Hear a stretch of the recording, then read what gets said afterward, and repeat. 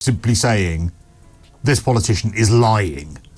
And in this case, the Mail on Sunday is saying that Angela Rayner is lying. That could bankrupt the country. You know, if it was desperation stakes, so okay, well, you probably need it or whatever. It's not, it's to give it away. In her own tweets, the proof, Angela Rayner has been lying.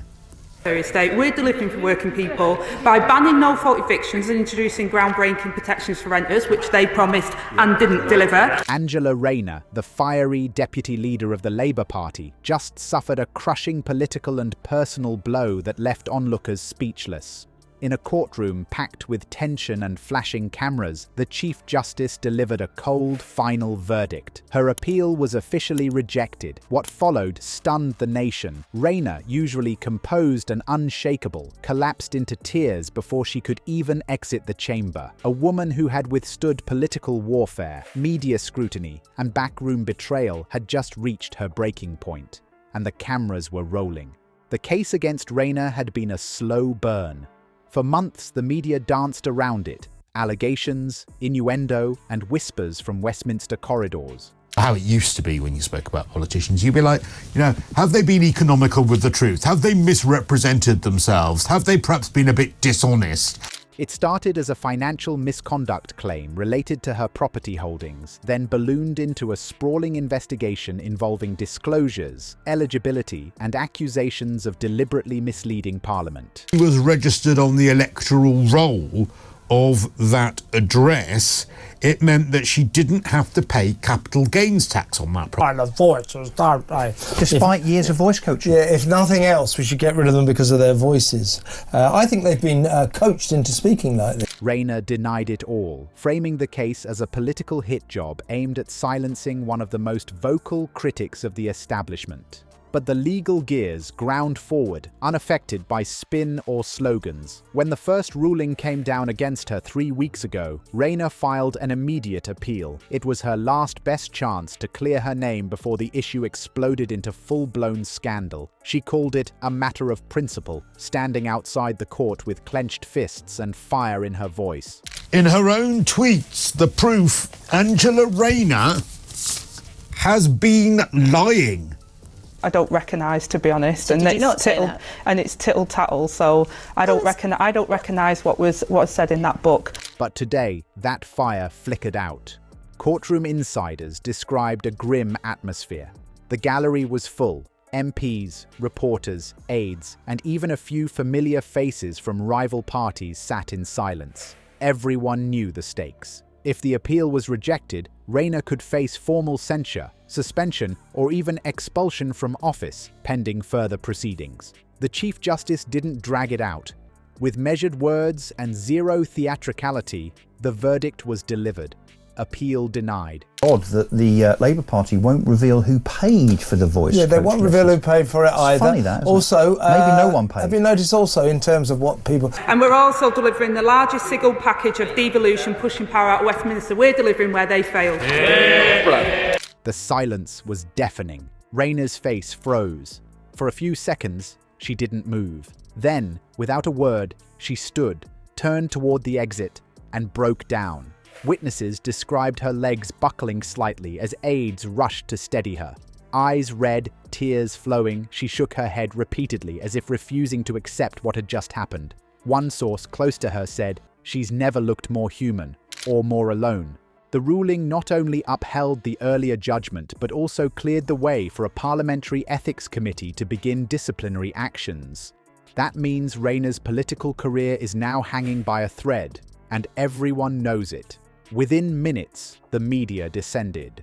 Headlines exploded. Rayner's fall, tears of a deputy leader, and justice denied or justice served. Simply saying this politician is lying. And in this case, the Mail on Sunday is saying that Angela Rayner is lying. Yeah, translation of that is, I did say it, and I'm not going to actually deny saying this. The smart thing for her to do.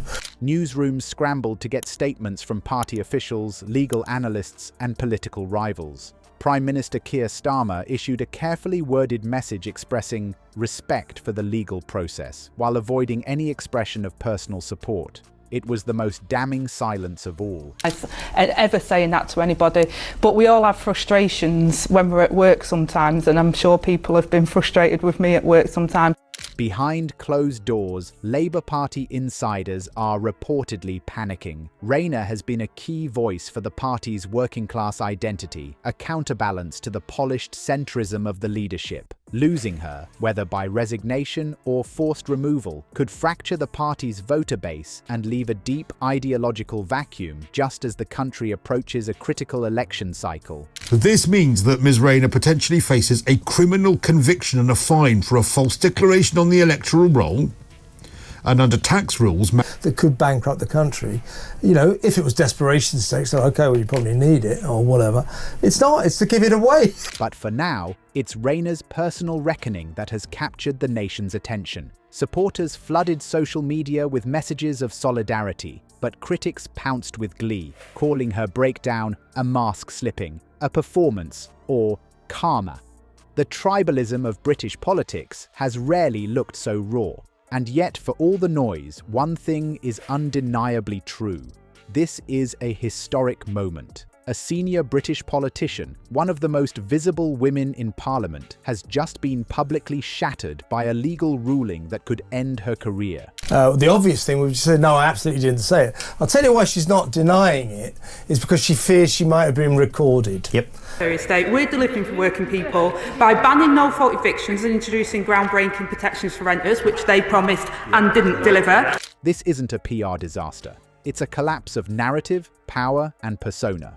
Legal experts say the next step is up to Parliament. The Ethics Committee is under pressure to act quickly, but Rayner's legal team is reportedly preparing additional strategies to stall or shift the process. Some suggest she may preemptively resign to control the narrative. Others believe she will fight to the bitter end. That's not tittle-tattle. That's what the woman who's now the Deputy Prime Minister is reported to have said about the now Prime Minister. Sure, and there was lots of other things that people have said.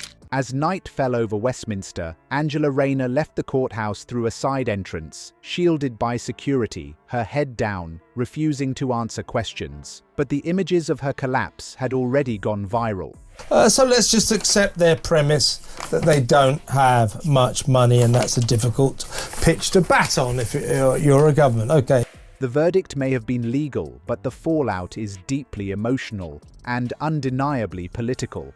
Now the clock is ticking. Will the Labour Party stand by her? Will Parliament move swiftly? Or will the storm drag on, ripping deeper into an already fractured political system? For Angela Rayner, the tears may have been real, but in politics, there's no pause for grief, only consequences.